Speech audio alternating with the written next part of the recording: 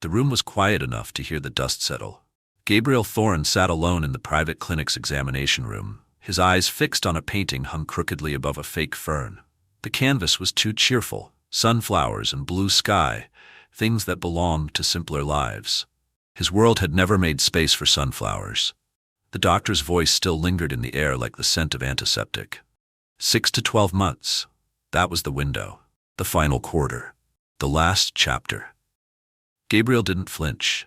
He nodded politely, thanked the man, and walked out with the weight of silence folding around him like a well-fitted coat.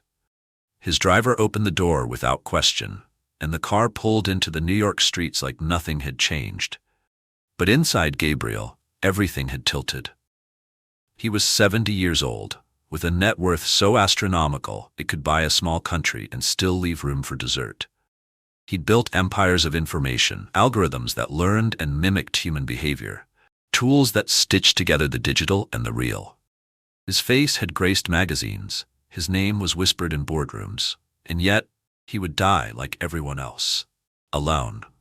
That night, Gabriel stood in front of the floor-to-ceiling windows of his penthouse.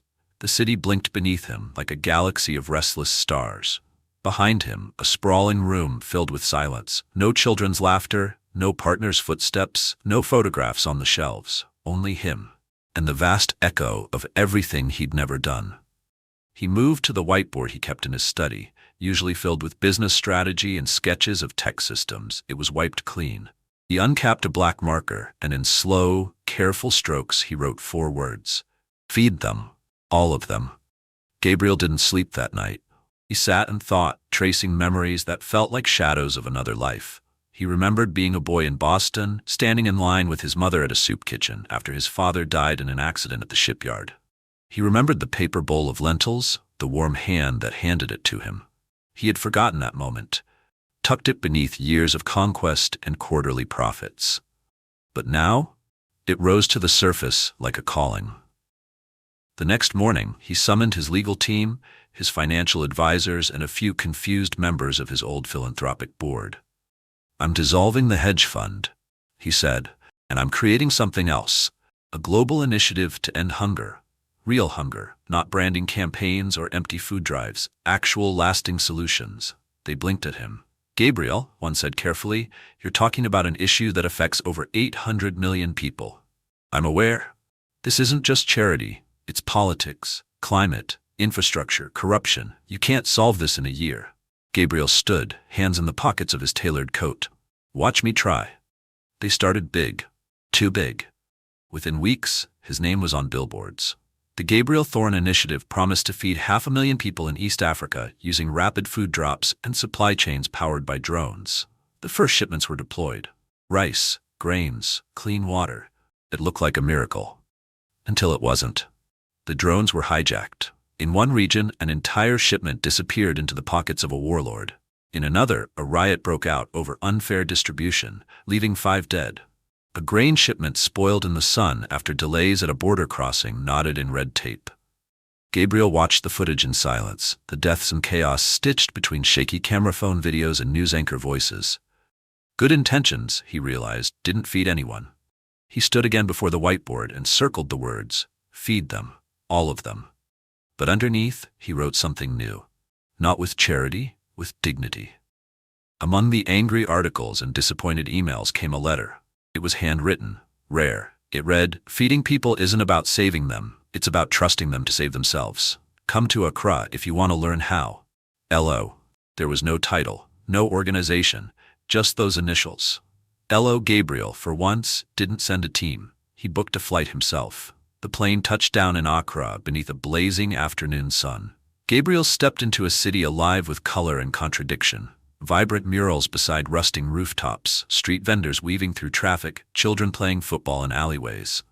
He was far from his glass towers now. At the edge of the arrivals terminal stood a woman with arms folded across a faded field shirt, a small placard held loosely in one hand. It said only, Thorne. Gabriel Thorne? She asked, voice clipped, eyes sharp as cut obsidian. He nodded. L.O., I presume? Liana Ose, she said, extending a firm hand. I'm not impressed by men who think money can solve the world's problems, but you came. That's something. They drove in silence. the city stretching wide with stories the West rarely noticed. Liana took him not to an office, but to a sun-beaten village on the city's edge. Chickens scattered as they passed. A woman hung laundry while balancing a baby on her hip. "You want to help?" Liana said, stepping out. "Start here." For weeks, Gabriel stayed. No press, no speeches, no entourage. He woke with the sun and walked the cracked earth with farmers who'd lost entire crops to drought. He ate in homes where cassava soup was stretched to feed 8. He met children who had names for each day they went without a meal. But he also saw things his spreadsheets had never shown him: resilience, ingenuity, laughter that refused to be silenced. One afternoon, Liana watched him help build a compost bed. "You're learning," she said. Gabriel wiped his brow. "I thought I'd bring the solution. Turns out, I'm the student." By the 3rd month, Gabriel stopped asking how much and started asking why. Why were local crops failing? Why was imported food cheaper than native grown? Why were international aid groups running programs for the people instead of with them? Liana introduced him to economists, climate scientists, and grassroots leaders. One, a woman named Azra, had built a seed bank that could outlast a famine. Another, Kwame, ran a food co-op funded entirely by 5 villages pooling resources. "This," Gabriel whispered one night, "is the future." Liana looked at him. "No, this is the present. You were just too high up to see it."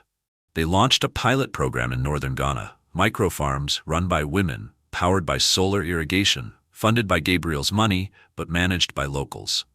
No handouts, just support. Within 3 months, the yield doubled. Children returned to school. Malnutrition dropped. No riots, no corruption. It was quiet, steady progress, the kind headlines ignored. And yet, for the first time, Gabriel smiled without hesitation. "It's working," he said. Liana raised an eyebrow. "It's beginning."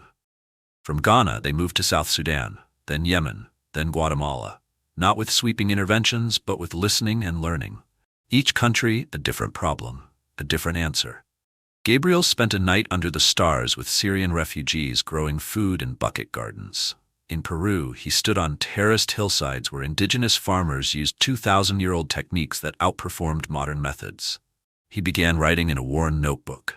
Not memos, reflections. The world does not need another billionaire savior.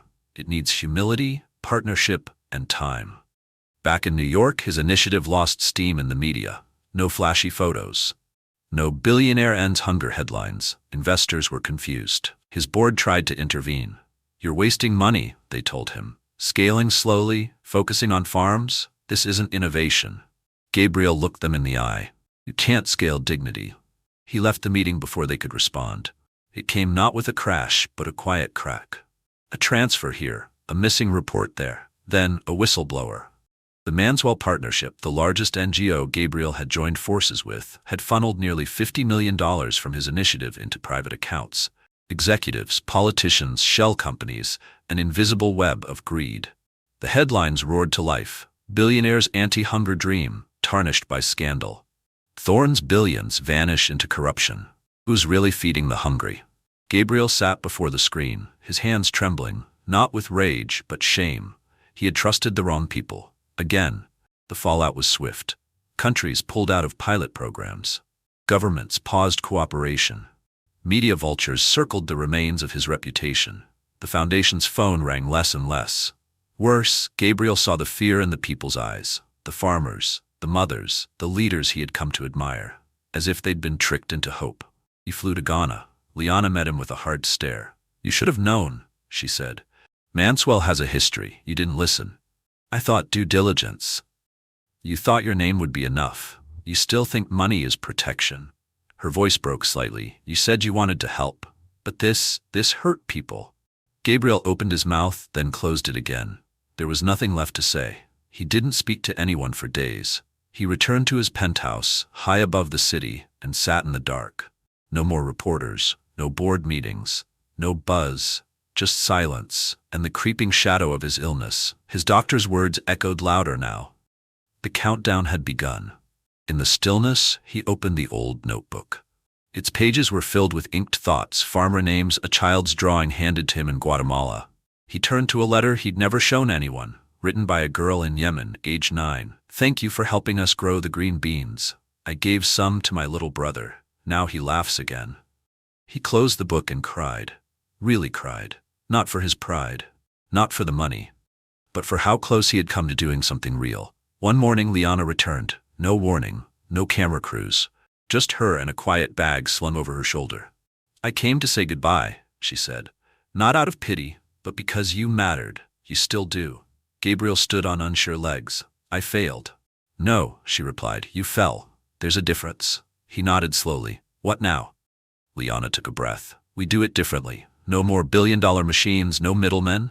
We give control back to the communities." Gabriel blinked. "We?" "If you're still in," she said softly. He closed his eyes, heart heavy but beating still. "I'm in." The scandal was a fire. But from fire sometimes grows a seed. Gabriel dismantled the old foundation, brick by broken brick. He sold more assets, liquidated his holdings, and from the ashes he created a trust, one no government or organization could touch. He named it the Commons. Its core principle: fund the people directly. Local leaders, teachers, women's cooperatives. No top-down grants, no saviors, just resources, accountability, and room to grow. The first to receive funding? A seed bank in Ghana, a rooftop farm in Syria, a solar-powered grain mill in Malawi, a school in the mountains of Peru. The work was quiet now. No cameras, no gala dinners, just spreadsheets, satellite calls, dirt under fingernails, and trust, the kind you earn slowly like sunrise creeping over the hills. Gabriel no longer wore suits. He preferred plain cotton shirts and the notebook tucked always in his breast pocket. He no longer tried to control everything. He let the people lead. The Commons operated differently. Each community submitted proposals, designed by them, for them. A board of global citizens, farmers, teachers, local elders, reviewed and voted. The money went straight to those with their hands in the soil. No CEOs, no consultants. Just people planting change. It was slower, but it worked. Gabriel traveled to a Rwandan village where schoolchildren now grew vegetables in courtyard gardens. He stood by a narrow field watching a girl named Amara water rows of spinach. She turned to him with a grin. "My grandma says now we eat like kings." He smiled. "No, sweetheart. Kings eat like you." Word spread, not through the news but through whispers. A Maasai community in Kenya replicated the trust model. A coastal town in Bangladesh used Commons funding to create floating gardens. In Haiti, solar-powered food storage stations reduced spoilage by 70%. One by one, these sparks lit new paths. And Gabriel, old, sick, slower now, watched it bloom like wildflowers through cracked concrete. Liana returned from South Sudan with dust in her hair and exhaustion in her bones. They sat under a canopy of stars on the rooftop of a small school they'd helped build. "I thought you'd stop," she murmured. "I almost did. But you didn't." Gabriel sipped his tea. "You were right. It was never about me." She looked at him. "But it needed you to begin." A year after the scandal, Gabriel gave one final public appearance. No stage, no spotlights. Just a single live stream from a village schoolroom, surrounded by kids drawing with chalk on the floor. He looked straight into the camera. "My name is Gabriel Thorne. You may remember me as the man who failed to end hunger." He paused. "I did fail, at first, because I believed money was the answer. I believed I could fix things from above. But hunger," he continued, "is not just empty stomachs. It's empty systems. And people already know how to fix it. They've been doing it quietly for generations. They just need the tools." He smiled. "My final gift is not my fortune. It's this, a trust built on trust. A structure with no gatekeepers, a map that points not to me, but to them." He placed a hand on the head of the child beside him. "And if you're looking for heroes, stop looking up. Look around." He told no one when it began. The sharp coughs, the deep fatigue, the way stairs became mountains. Only Liana knew. In his final weeks, they returned to Ghana, where it had all begun. Gabriel sat beneath a tree he'd helped plant outside the village co-op. Children ran past, chasing each other, stomachs full, futures brighter. He wrote in his notebook one last time, "I came here with a fortune and a deadline. I leave with a purpose and peace. That is wealth." And then he closed his eyes as the breeze whispered through the leaves. The news of Gabriel Thorne's passing barely made the front page. There was no scandal, no estate battle, no dramatic obituary, just a modest headline in a global section. "Tech billionaire turned philanthropist dies quietly in Ghana." The world didn't pause. No grand memorials, no billionaire tributes, just one less tycoon in a world full of them. But in the places where the seeds had taken hold, he was mourned like a father. There was no will to fight over. Gabriel had already given it all away. His lawyers distributed letters instead of inheritances. One went to a boy in Nairobi who had once drawn a sketch of a goat farm on a napkin. A check arrived with a note, "Make it real." One reached Liana. It read, "The compass is yours now. I never found north, but you always knew where it was." She didn't cry at first, but when she stood before a classroom in the new agricultural institute they named after him and saw his portrait smiling from a mural of sunflowers and children, she wept. The commons tripled in size within a year. Not because of press or funding, but because it worked. In Indonesia, an island once struck by famine now exported its surplus to nearby coasts. In rural India, teenage girls taught sustainable farming to their parents. In Ethiopia, an ancient irrigation method was revived and shared digitally across nations. It was not perfect. There were still challenges, storms, politics, loss. But for the first time in generations, hunger declined not because of handouts, but because of hands working the soil together. Gabriel's model wasn't fast, but it was lasting. Years later, a small garden grew beneath the very tree where Gabriel passed. It was tended by children, watched over by Liana and local elders. They called it Gabriel's Patch. Once a year, children read stories from Gabriel's notebook aloud, seated in a circle with their bare feet in the dirt. One boy, no older than 10, once asked Liana, "Was he a king?" She shook her head gently. "No, sweetheart. He was just a man who remembered what hunger felt like and did something about it." Back in New York, a curator from the National Museum of Global Progress framed the notebook. It was open to a single page under warm glass light. You cannot feed the world with wealth. You feed it with courage, with listening, with your hands in the dirt and your heart among strangers. Gabriel Thorne. Beneath it, a small plaque read, "The Last Gift." The world didn't change overnight. Famine wasn't erased, greed didn't vanish, not every garden grew, not every promise held. But something had shifted, subtle, like the turn of a tide far out to sea. In hundreds of villages, people woke each day not as recipients of charity, but as keepers of their own sustenance. They planted seeds with purpose, built grain banks with pride, and told their children, "You will never know the hunger I knew." Amara, the girl with the spinach rose, was now a teacher.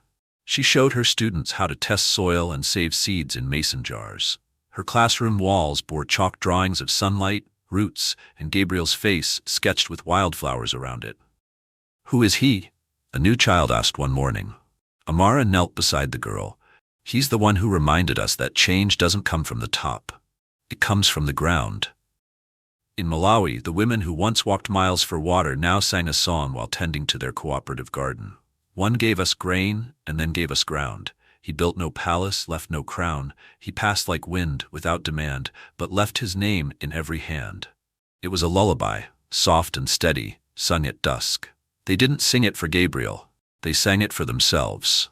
There is no grand monument for Gabriel Thorne. No towering statue. No university bearing his name. No cryptocurrency launched in his honor. Just a simple stone at the base of a tree in Ghana. He left the world not richer, but fed. Sometimes children sit on that stone and tell stories. Sometimes travelers come and leave a single seed.